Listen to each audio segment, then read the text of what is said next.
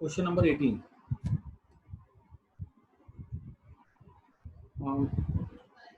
नहीं, derive sir 18 हो गया ना सर, 19 आएगा ना। 19 नंबर आएगा।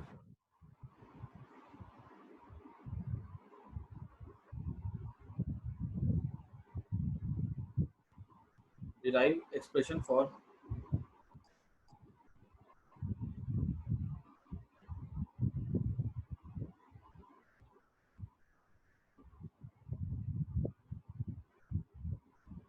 चार दस को सर को ना 5-10 मिनट लेट लेंगे, मैं जल्दी छोड़ दूंगा आज, ठीक है 4-10 तक छोड़ दूंगा मैं। सर को ना 10 मिनट एक्स्ट्रा बाद क्लास ले लेंगे। डिराइव एक्सप्रेशन फॉर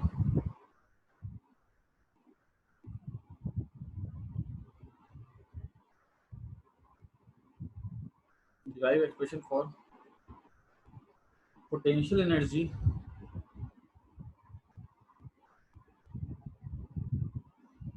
ज़्यादा क्वेश्चन नहीं है, मतलब 15-20 में खत्म हो जाएगा। For potential energy of dipole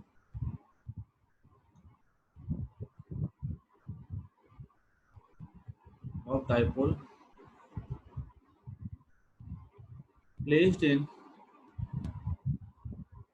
uniform electric field.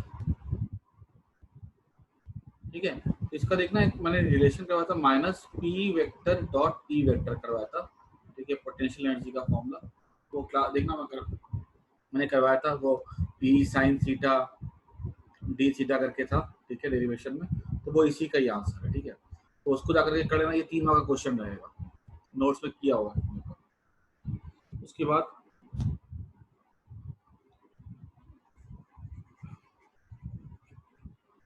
Nineteen के बाद 20 में क्या बोला गया, एक लॉजिक बेस्ड क्वेश्चन है ऐसा, ये सीबीएसई बोर्ड में आ चुका हुआ है, इसलिए दोनों के लिए इंपॉर्टेंट है। बोला गया कि चार्ज क्यू सेंटर पे, ये डायगोनल का अपोजिट एंड है A and B, what is the potential difference between two opposite end of diagonal of a square. Stop. Charge q is placed at center. सीधी सी बात है, सीधी सी बात है कि यहाँ पे चार्ज q को सेंटर पे प्लेस किया गया। अगर हमने इसको सेंटर पे ला करके रखा है चार्ज q को, यहाँ पोटेंशियल क्या होगा, ये हो जाएगा के क्यू बाय आर, जहाँ पे आर ये डिस्टेंस होगा। इन द सेम वे यहाँ भी क्या होगा, के क्यू बाय आर हो जाएगा। तो डिफरेंस कितने का हो जाएगा, 0 का हो जाएगा। ये ऐसे लॉजिक बेस्ड क्वेश्चन है जो पूछा जा सकता है 2 मार्क का। उसके बाद जिसमें कि ये वाला क्वेश्चन सबसे इंपॉर्टेंट है, फिर से बोल रहा हूँ मैं, ये डेरिवेशन है, इसमें कोई छेड़खानी नहीं की जा सकती है। ये शॉर्ट क्वेश्चन है जो पूछा गया है, ये आ भी सकता है, ये नहीं भी आ सकता है, लेकिन ये वाला आने के चांसेस बहुत ज्यादा है। इसके बिना तुमको फिजिक्स में आगे कुछ नहीं आएगा। ठीक है, ये डेरिवेशन है। उसके बाद 21 नंबर 21 है, व्हाट इज इक्विपोटेंशियल सरफेस। बहुत बार पूछा गया है दोनों बोर्ड एग्जाम में।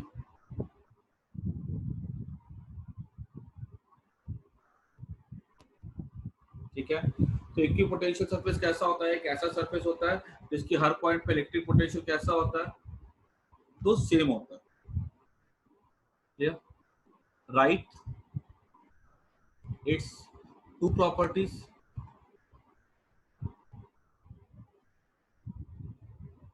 दो प्रॉपर्टी में क्या था, एक तो E vector is always perpendicular to equipotential. Equipotential surface का शॉर्ट फॉर्म होता है इक्विपोटेंशियल। और दूसरा work done to carry charge from one equipotential to other from charge from one point of equipotential to other point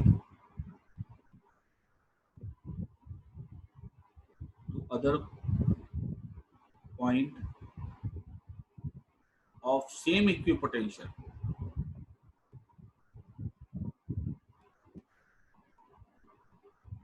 ये zero, ठीक है।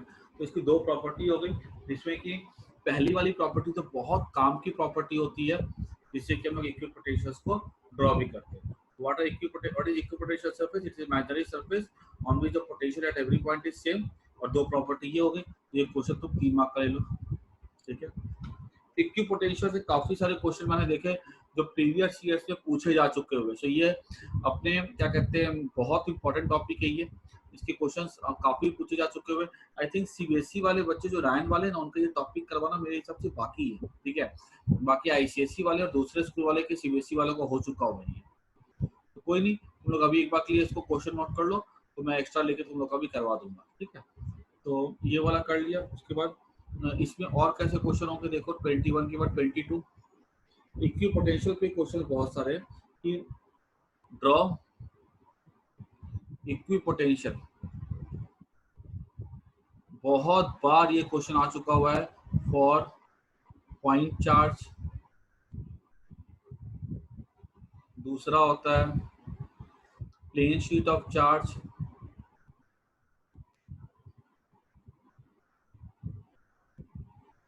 तीसरा है इलेक्ट्रिक डाइपोल। चौथा है फॉर टू पॉजिटिव चार्ज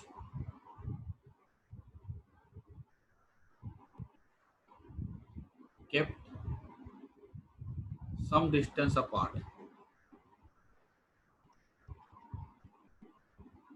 ये वाला क्वेश्चन, ये 4 क्वेश्चन जो है ना, मैंने देखे हैं पूरा आईसीएसई सीबीएसई दोनों बोर्ड में जो है ना, ये वाले क्वेश्चन काफी ज्यादा बार आ चुके हुए हैं, ठीक है।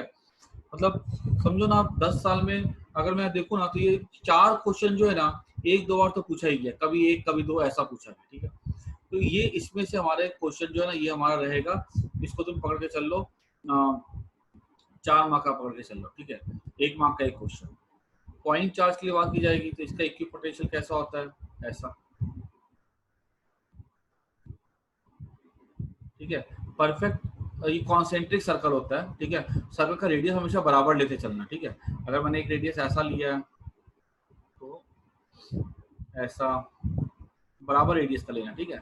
जब तुम ड्रॉ करोगे ना, कॉम्पास से ड्रॉ करना, और उसके लिए इलेक्ट्रिक फील्ड कैसी हो जाएगी, इलेक्ट्रिक फील्ड ऐसी हो जाएगी इसके लिए, परपेंडिकुलर टू द इक्विपोटेंशियल। तुमको पता है ना कि परपेंडिकुलर टू सर्कल कैसे होता है, रेडियस ही तो परपेंडिकुलर होता है। तो ये हमारा इलेक्ट्रिक फील्ड हो गया, और ये सर्कल हमारा होगा इक्विपोटेंशियल, ठीक है। उसके बाद सेकेंड, और plane sheet of charge. Plane sheet of charge की अगर हम बात करते हैं, तो प्लेन शीट ऑफ चार्ज की वजह से इलेक्ट्रिक फील्ड कैसा होता है, ऐसा होता है, यूनिफॉर्म। मतलब प्लेन शीट ऑफ चार्ज जब बोला जाए, तो प्लेन शीट ऑफ चार्ज की वजह से जो इलेक्ट्रिक फील्ड होता है ना, वो डायरेक्शन में सेम होता है और गैप उनका बराबर होता है। तो इसका इक्विपोटेंशियल कैसा होगा, इसके परपेंडिकुलर होगा, तो ये ऐसा जाएगा प्लेन,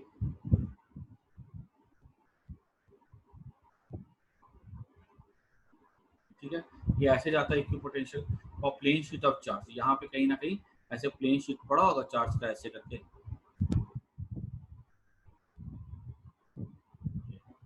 ये इसके लिए क्या बन गया, इलेक्ट्रिक फील्ड बन गया, और ये इसके लिए इक्विपोटेंशियल बन गया। सेकंड का भी हो गया। थर्ड है डाइपोल। तो ये दोनों नोट कर जाओ फटाफट, एक मिनट में आएगा।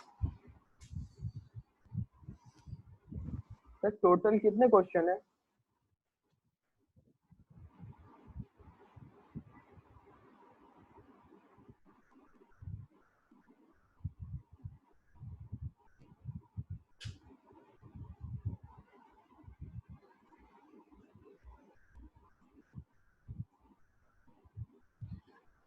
समझ में आ गया ना सबको ये?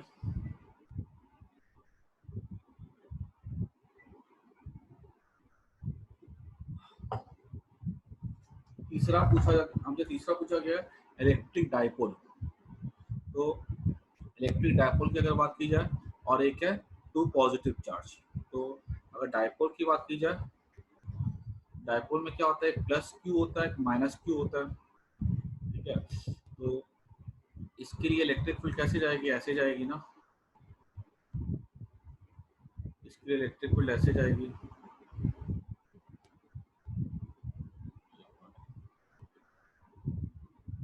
हाउ मेनी क्वेश्चन, बस और 4-5 ये बस खत्म। उसके बाद ये करवाऊंगा,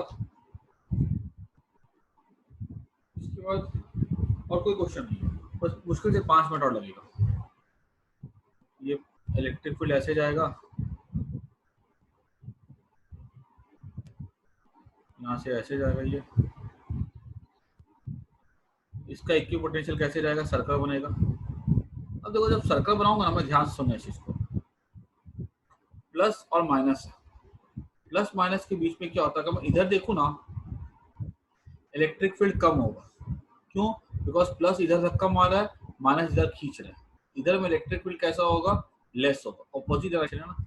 बीच पे अगर मैं बात करता हूँ तो ये इधर ऐसे जाएगा, माइनस ऐसे खींचेगा, दोनों एडअप हो जाएगा, तो मोर होगा electric field. In the same way इधर में क्या होगा, चार्ज रखेंगे ना तो माइनस ऐसा खींचेगा, प्लस इधर धक्का देगा, यहाँ भी लेस होगा। दैट मीन्स दो प्लस और माइनस के बीच में क्या होता है, बीच में इलेक्ट्रिक फील्ड ज्यादा होता है, लेकिन इधर में इलेक्ट्रिक फील्ड कैसा होता है, लेस होता है। इधर में भी कैसा होता है, लेस होता है। तो ये चीज का ध्यान रखना है।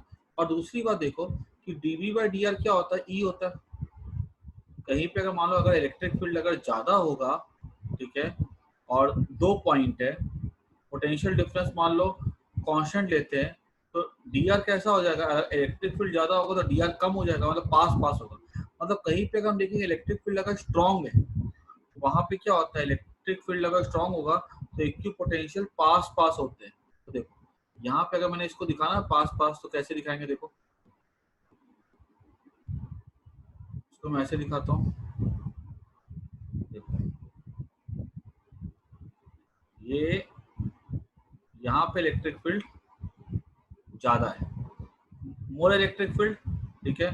तो for showing same potential difference, है ना, अगर 10 का मैं गैप दिखा रहा हूँ और सेम पोटेंशियल डिफरेंस, dr कैसा होगा, इलेक्ट्रिक फील्ड ज्यादा होगा, dr कैसा होगा, लेस होगा, गैप कम होगा।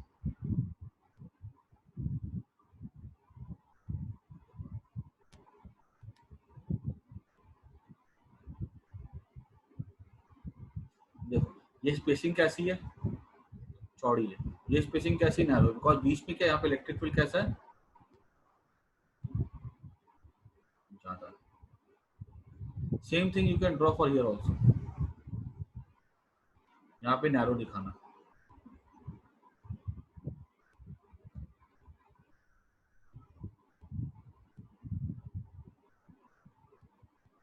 और जब यहाँ पे पूरा का पूरा और ज्यादा नहीं ड्रॉ कर पाओ ना, फिर ये पूरा का पूरा कैसा ही ऐसे कवर कर देना। एक बार ऐसे ड्रॉ करते चले जा रहे हो आप, और नहीं इंटरसेक्ट तो कर नहीं सकती है, उसके बाद क्या करना होगा, ऐसे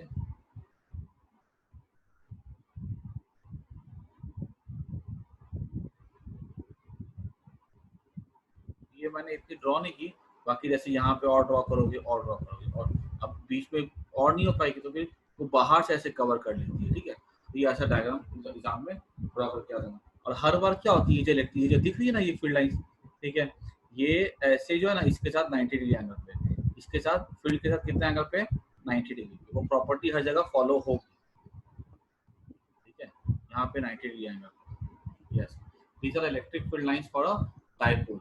और यहाँ पे गैप को थोड़ा सा दिखा देना क्लियरली कि यहाँ पे गैप पास पास है, यहाँ गैप दूर दूर है, ठीक है। ये इलेक्ट्रिक डाइपोल का ऐसा एग्जाम में आता है, ठीक है। उसके बाद इसको मैं इरेज करता हूँ। और एक हमने किसके लिए देखा था अभी, पॉजिटिव चार्ज के लिए ना। तो अगर मान लो एक प्लस क्यू है, ठीक है, यहाँ भी प्लस क्यू है,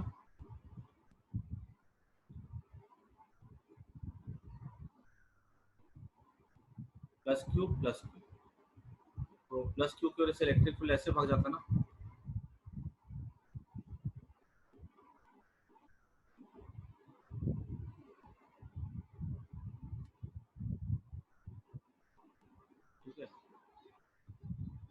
इलेक्ट्रिक फील्ड लाइन ऐसे जाती है। अच्छा जरा प्लस क्यू की तरफ समझो बात को ध्यान से। क्यू यहाँ पे, क्यू यहाँ पे, यहाँ पे देखा जाना इसकी वजह से इलेक्ट्रिक फील्ड ऐसा होगा, इसकी वजह से इलेक्ट्रिक फील्ड ऐसा होगा, कम हो जाएगा। यहाँ पे देखिए ना दोनों प्लस इधर धक्का दे रहा है, इधर भी इधर धक्का दे रहा है, मतलब इधर में इलेक्ट्रिक फील्ड कैसा होगा, ज्यादा होगा, बीच में कैसा होगा, कम होगा। बीच में कम होगा अगर, तो dv बाई डी क्या हो जाएगा, ई। बीच में अगर कम है तो डी कैसा होना चाहिए, बड़ा होना चाहिए। बीच में कम है तो बड़ा होना चाहिए, तो इसके लिए डायग्राम जो ड्रॉ किया जाएगा ना कुछ ऐसा बनेगा वो। ऐसे बीच में कैसा आएगा, गैप बड़ा होना चाहिए, और बाहर कैसा होना चाहिए, बाहर में ज्यादा है तो पास होना चाहिए।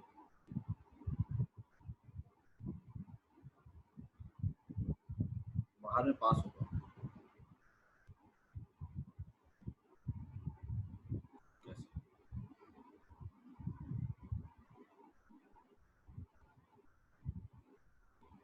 सेम वे यहाँ भी ऐसा होगा।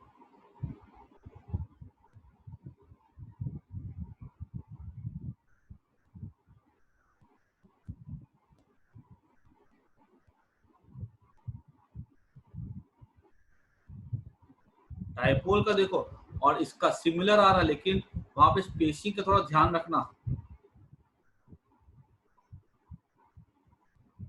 स्पेसिंग कैसे देनी है,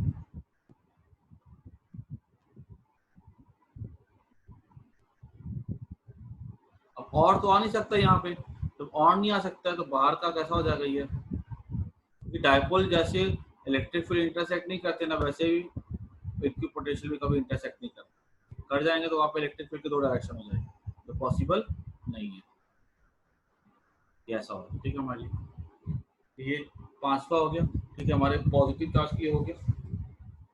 उसके बाद एक इसमें आप देखो और कैसे हो सकता है, एक क्वेश्चन इसमें और आ सकता है, पांचवा वाला भी बता देता हूँ मैं, जो मैंने ड्रॉ करके बताया भी था कि अगर हमसे पूछा जाएगा इक्विपोटेंशियल फॉर लाइन चार्ज।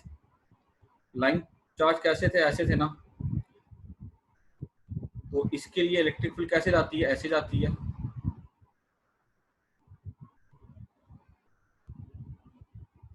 जैसे हम यहाँ पे इलेक्ट्रिक फील्ड कैसे जाएगी,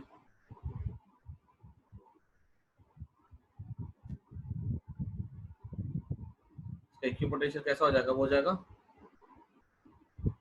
सिलेंडर, सिलेंडर हो जाएगा। ठीक है, इसका इक्विपोटेंशियल कैसा हो जाएगा, हर पॉइंट पे देखा जाना तो इक्विपोटेंशियल कैसा जाएगा, वो सरफेस के परपेंडिकुलर होगा। So for line charge it is concentric cylinders. ठीक है, जहाँ पे एक ऐसा सिलेंडर जिसके इक्विपोटेंशियल कैसे होते हैं, जो एक्सिस होता है ना सिलेंडर का, that is only the axis for the equipotential. तो लिख सकते हो for cylinder, for line charge equipotential is concentric cylinder with the line charge as the axis of the cylinder. ठीक है, with the line charge, for line charge the equipotential is concentric cylinder with the line charge as the axis of the cylinder. ठीक है, तो ये हमारा हो गया।